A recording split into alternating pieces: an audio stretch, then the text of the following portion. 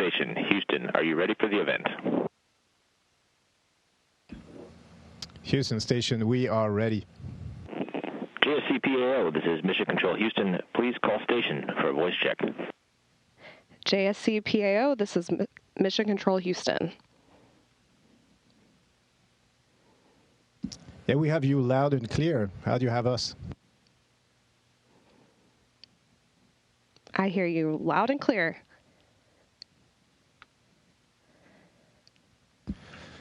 Okay, well, welcome on board, everyone, for what seems to be the end of this Crew-2 mission. We don't know exactly when we're going to come back home, but one can say for sure that it's sooner rather than later. It's been a very, very intense mission. A lot of things have happened. I want to reflect a little bit on the ISS because it's really, as we're preparing to leave, it's kind of a bittersweet feeling. We might never come back to see the ISS, and it's really a magical place, you know, that flies in the sky. It's almost impossible to get to and gives you the superpowers of floating and seeing the Earth and doing good things for the people on Earth. So to me, that's what the dreams are made of, and I'm very thankful that people dreamt the ISS some time ago and then went ahead and worked hard to make it happen and to build it for the benefit of everyone. So the mission has certainly been very, very intense. Expedition 65, Expedition 66. We had a lot of science, a science-packed mission. Really, we can come back to it and give you some more specifics. 4 EVAs to upgrade the space station and make it better for the years to come and keep it flying for the years to come. We've installed the IROSA, a set of solar arrays on the outside of the space station during those 4 spacewalks, and we prepped for a second set of IROSA that's going to come a little bit later. We've had 2 SpaceX cargo vehicles, 1 Cygnus cargo vehicle, Progress as well, a Soyuz crew that swapped some of our crew in the middle of the mission with the Russian film crew, as you might know. So there was a lot of traffic on the ISS over the summer. I think with respect to our 2 big goals that we have on the ISS, which is really use it for the benefit of people on Earth, and that's the research part, the science part.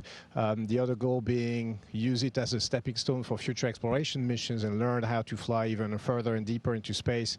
I think we've had a lot of results, and the mission is a success. I want to say a few words as well about those people standing next to me. I remember sitting on the launch pad in the rocket, strapped in the rocket, and I told them, you know, that they were the best possible crewmates I could hope for a space mission. Today, 6 months after 6 months of being, you know, confined in a tin can with them 24/7, I still think the same, which is, I think, amazing. And it's really a tribute to how amazing they are. And I'll extend this obviously to our Soyuz crew members, and to the whole team on the ground. It takes a lot of people to make the ISS go around. We're certainly very, very thankful for all their work. It takes a lot of work to put a few people in space for the benefit of many, but I think the agencies worldwide are achieving this every day, making the almost impossible seem routine. So with that, I think we'll welcome your questions, and we're ready for you. Thank you so much, Thomas, for that awesome opening introduction and a little bit about your mission. And thanks to everyone for joining us for a news conference with NASA's SpaceX Crew-2 crew from the International Space Station. We have European Space Agency astronaut Thomas Pesquet, who you just heard from, NASA astronauts Megan McArthur and Shane Kimbrough, and Japan Aerospace Exploration Agency astronaut Aki Hoshide with us today, and we will go ahead and get started with questions. We have media on the line. For the media on the line, please press *1 to ask a question and *2 to withdraw a question. All right, let's get started with Marcia Dunn with Associated Press. Yes, hi, Commander Pesquet, or for anyone else on the crew. How much of a hassle is it going to be coming home without a working toilet? Sorry to bring this up. Will you limit your fluid intake, and is using diapers that big of a deal for the trip home? Thank you. So, Marcia, yes, you're correct. We aren't able to use the toilet on Dragon for the return trip, and of course that's suboptimal, but we are prepared to manage that and the time that we're on board Dragon on the way home. And, you know, spaceflight is full of lots of little challenges. This is just one more that we'll encounter and take care of in our mission, so we're not too worried about it. I think we have a good plan going forward. All right, next question from Bill Harwood with CBS News. Guys, great to see you. Thanks for doing this. I don't know whether you guys are coming home before Crew 3 gets there or not, but could one of you talk about the benefits of a direct handover, the value of that for an incoming crew, and how you deal with it when it's an indirect handover? If you leave first, what's lost in that process from the Crew 3 perspective? Thanks. Yeah, Bill, thanks. It's great to talk to you again. Direct handover, as you mentioned, would be if we were still here when Crew 3 got here in the technical sense. However, Mark Vandehei is still going to be on board, so he is going to be doing the handover with Crew 3 if we're not here. So there is kind of a little bit of a direct there. If we were all here when they got here, obviously we would have more coverage and be able to give different ideas, because we all have different ideas on how to do things up here. And so a lot of that handover time that we're scheduled with the next crew is just showing little things on living in space more than how do you do a certain procedure, because most of us can follow those things. But it's the little things that we don't get trained on, like eating and going to the bathroom and sleeping and those kind of little tidbits that we would pass on to the next crew if they were here. And if we're not here, then again, Mark Vandehei is certainly capable to do that and get that next crew up to speed. All right, we'll take our next question from Robert Perlman with Collect Space. Hi, thank you. If you do end up coming home before Crew 3 arrives, how does that change packing the Dragon for the trip home? I understood there was supposed to be science that come up on Crew 3 that was going to go down with you. Does it change a lot, and will there be a crunch time in order to do that? So for us, thank you for the question. For us, the timeline will not be any different. So the folks on the ground will determine the packing plan for us, and they schedule the correct amount of time to do that. From a science perspective, if the science is coming up on Crew 3, they'll have to determine, when to perform that science so that the samples return in the appropriate amount of time. But really for the crew, it's transparent to us, and we'll execute the plan as it's determined by the folks on the ground. Okay, next question from Chris Davenport with The Washington Post. Hey, all. It's good to see you guys. I'm just interested in the fly-around that you might get to do around the station, and wonder if you could talk about what in particular you'll be looking for during that, and then what led to the decision to actually do this inspection. I mean, was it the Russian spacecraft firing the engines, for example? Thanks very much. Yeah, it's a great question. This is a procedure that we used to do with the space shuttle back in the days. And the reason is, long story short, we don't have that many opportunities to see the station from outside. We're inside, so we can fix a lot of things. We can check on a lot of things inside, but it's very difficult to see the station from outside. We have camera views, but they're limited in scope and in number. So what we'd like to do is actually, now that we have a spacecraft that has the capacity to fly around the station, is to really do it and take pictures for a general purpose of kind of mapping the station from the outside and getting a good view so that folks on the ground can put their eyes on the outside equipment. There's a lot of equipment outside the station to make it go. And also we have some specific targets that we'll try to image, some docking ports, some specific equipment on the truss of the station. So what it's going to look like really is back off from the station, then go around it. And while we're going around it, we'll try to take as many pictures as we can. It's not going to be easy from the Dragon because it's not designed for that, but we'll try to get the best results for people on the ground to conduct their analysis. Okay, next question from Sophie Sanchez with Chicago Now. Hi, good afternoon. I had a question that Tomasi kind of spoke on. Just basically, what task do you feel any of you have done has had the biggest impact to ensuring the life of station or even contributing to the future of space exploration? Thank you.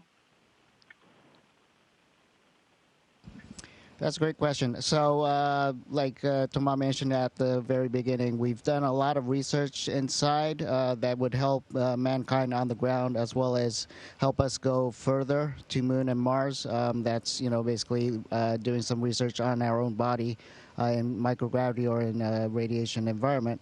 That would help us go further. Technically, we have new capability on board. We have a new carbon dioxide scrubber and also a new toilet that we just started using. So that is a demo, technology demonstration for future space program. So hopefully those, by getting more data out of that, we can further improve it and use it for further future space programs. Thank you. Next question from Sean Griswold with Source, New Mexico. Hey, thank you so very much. I'm calling from the land of green chili in New Mexico, and we all thank you for introducing chili to space. Thank you very much. And I know that you tried to figure out how to roast the green chili, which activates the flavor and spice. Can you discuss that process, and was it successful? Did you roast green chili in space, or were those tacos with raw green chilies? And I'm curious to know if you all wouldn't mind telling me how those tacos tasted, and was it the green chili that broke the toilet? Well, those are a lot of interesting questions. So yes, we've all been very excited about this Plant Habitat 4 project that's been ongoing for over 100 days when Shane initiated the project by planting the seeds, and that it has been run from scientists on the ground for these several months. And so it's been a really nice ongoing experiment for us. We can come and check on the plants, and then occasionally when someone would get inside the habitat, we could come and smell the plants and see the chilies growing. So it's really been a nice morale boost as well as an interesting science project. So we were all very much looking forward to the harvest. Mark harvested the first chilies last weekend, and we all got to taste them. And I think we were a little bit too excited to go ahead and taste them, so we did not take any time to roast them. We only have a warming oven on board that goes to about 180 degrees Fahrenheit, so we could make them warm, but we couldn't really roast them. So we elected to just eat them raw. We all tasted them, both the red and the green, and they have a nice spiciness to them, nice little bit of a lingering burn. Some found that more troublesome than others, but we did all enjoy them, and the tacos were very tasty. It's really nice to have something that smells so fresh and then has the nice crunch of a fresh vegetable as well. So it was a real treat for us, and obviously something that we talk about and think about quite a lot. Thanks for the question. Thanks for that, Megan. That was great. We'll go on to the next question from Brianna Shields with Pacific Rim Media.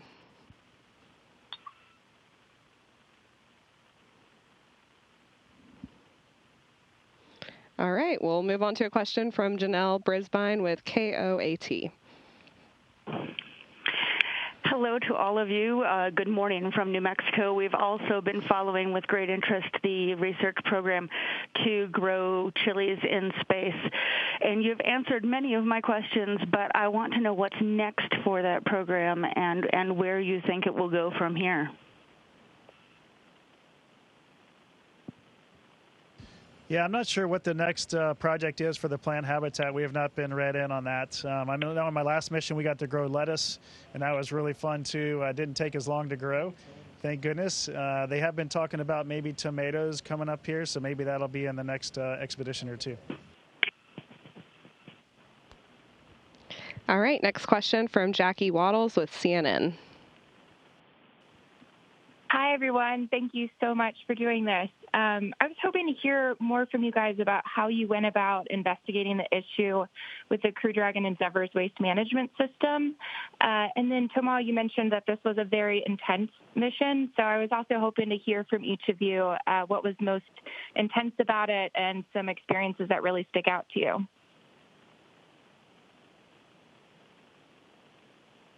All right, I'll start it off with the waste management system. We had a couple different events in there to go inspect our vehicle, and we got to get under the panels in the floor, so to speak, a few times with some different kind of video cameras to give the SpaceX and NASA teams some data to see if it was anything like the Inspiration 4 vehicle or not. And then they came up with the plan after seeing some video that we had a good chance to get under a lot of the panels in there and really show them the situation. And they came up with a great plan. They've done a bunch of testing in the last months, 4 to 6 weeks or so to clear the vehicle. So we're very happy about that. And so I think that's about all I can answer on that. And I'll start it off, I guess, with the second part of your question. We had some intense times, and I would say they kind of went in waves. And for for Thomas and I, for sure, I think the spacewalking time in June was pretty, we had 3 spacewalks within a couple weeks, and the rest of the crew was very involved with that, either flying the robotic arm or getting us suited up and getting us ready to go. So the whole crew, those couple of weeks were definitely intense for me, and they stand out as kind of the highlights for part of the mission.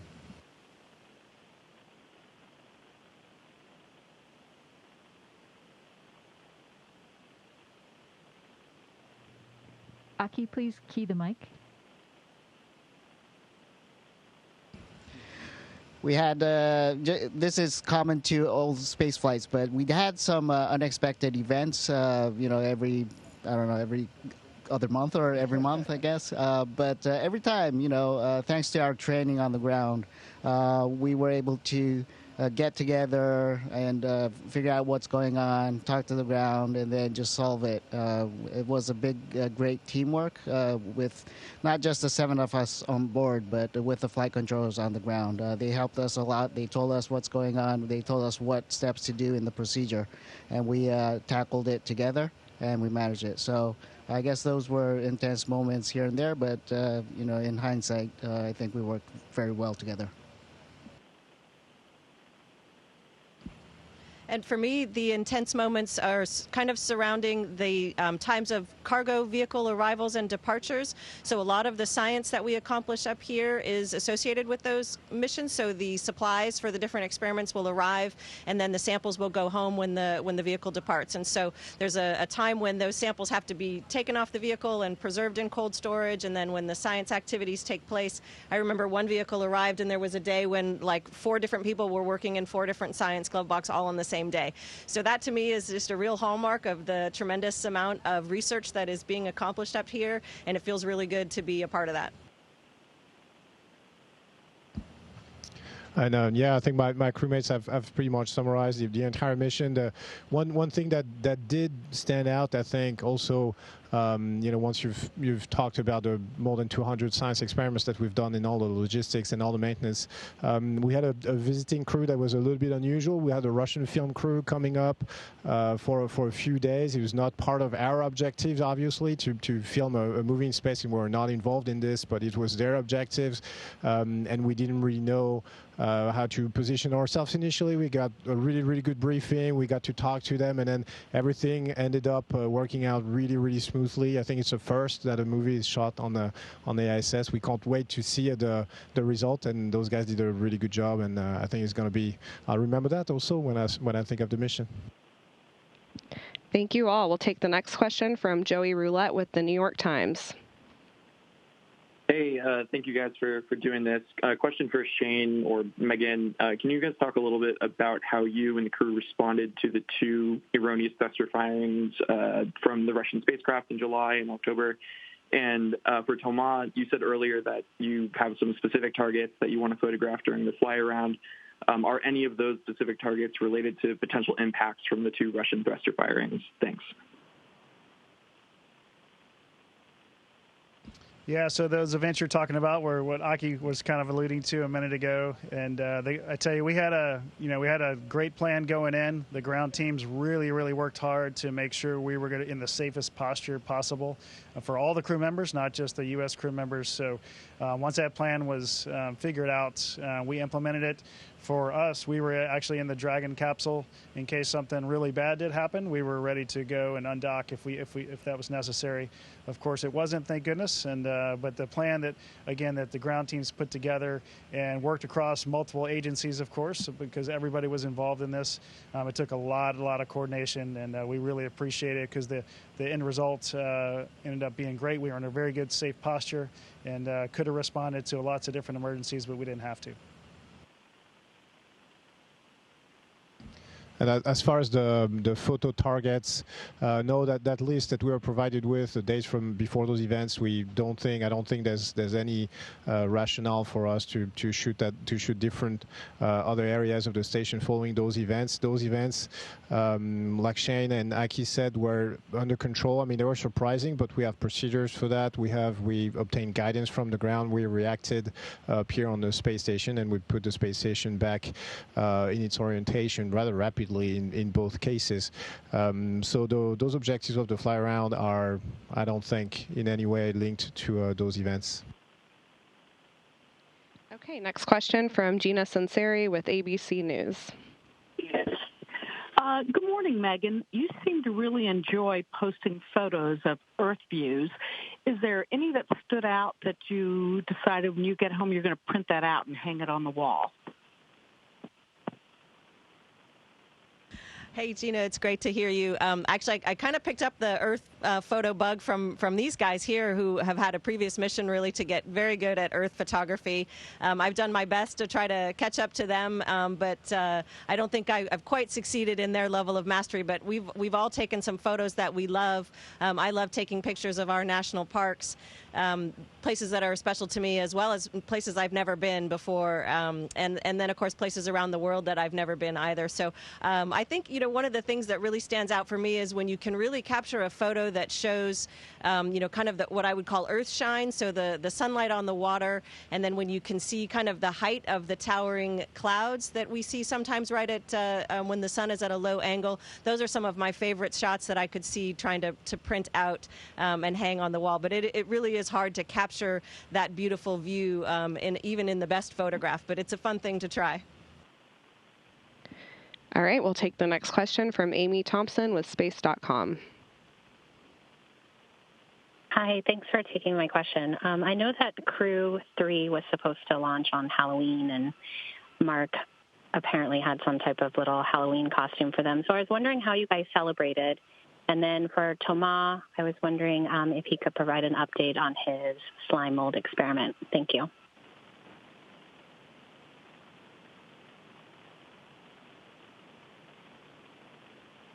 Yes, I'll start with that. It was an education experiment that lots of high school students all over France, but also other countries of Europe, they had their own slime mold, what we call the blob, in their high school classes, and they were actually performing the same kind of operations that I was in, comparing the development of those different organisms. It worked really well. We obtained a lot of mostly pictures and videos, because as you can imagine, those were contained in a box. In my case, you don't want a slimy mold all over the space station. And now, unfortunately, it went back to sleep. Those organisms, they kind of hibernate or deactivate themselves. So now it's gone back to sleep. It's still here on station, but as long as I don't feed it, as long as I don't give it anything to drink, then it's going to stay in that status until we bring it back home or we put it away. And for Halloween, we got paid a visit by Darth Vader up here, so that was pretty cool. We didn't know that was going to happen, and had some nice treats for us, like we were trick-or-treating, so that was pretty special. Very fun. Okay, we'll go on to the next question from Wu Fei Yu with High Country News. Thank you guys for doing this, and this question is also chili related. You guys have been caring for the New Mexican chili seeds in a mostly, isolated environment, I would say, for at least 4 months. So along the way, how do you guys feel when you guys were sealing, spelling and taking care of them? And was there ever a point where you thought that, it wasn't going to be successful? Thank you.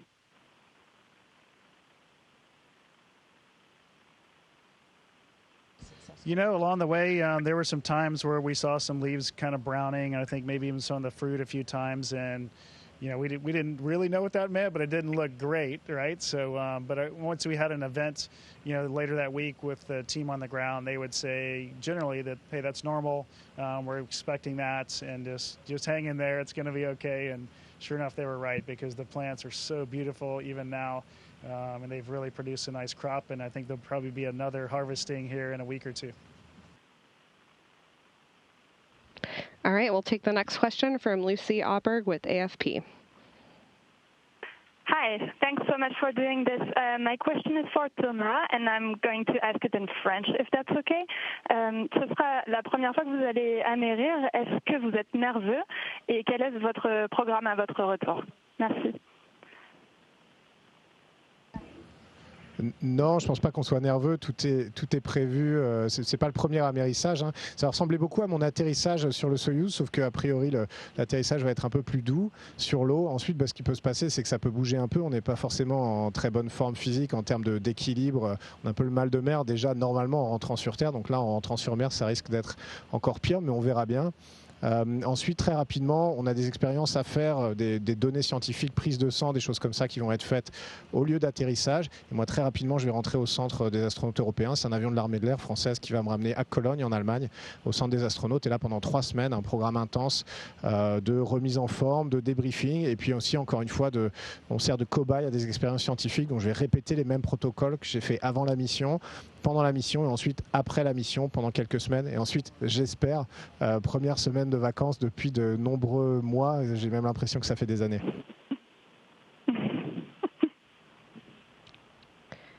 And we'll wrap up the news conference today with a question from social media. Brian asks Megan, will you miss doing your book readings in space? Will you keep it going on Earth?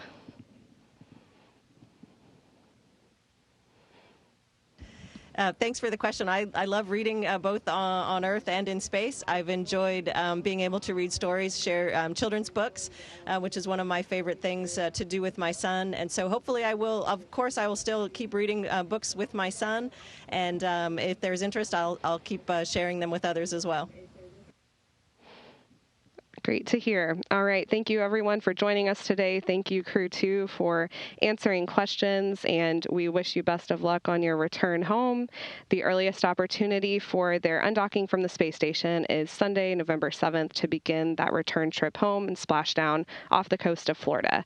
You can keep up with the latest on nasa.gov and follow all 4 of them for updates from space on Twitter. Thank you, and go Crew-2.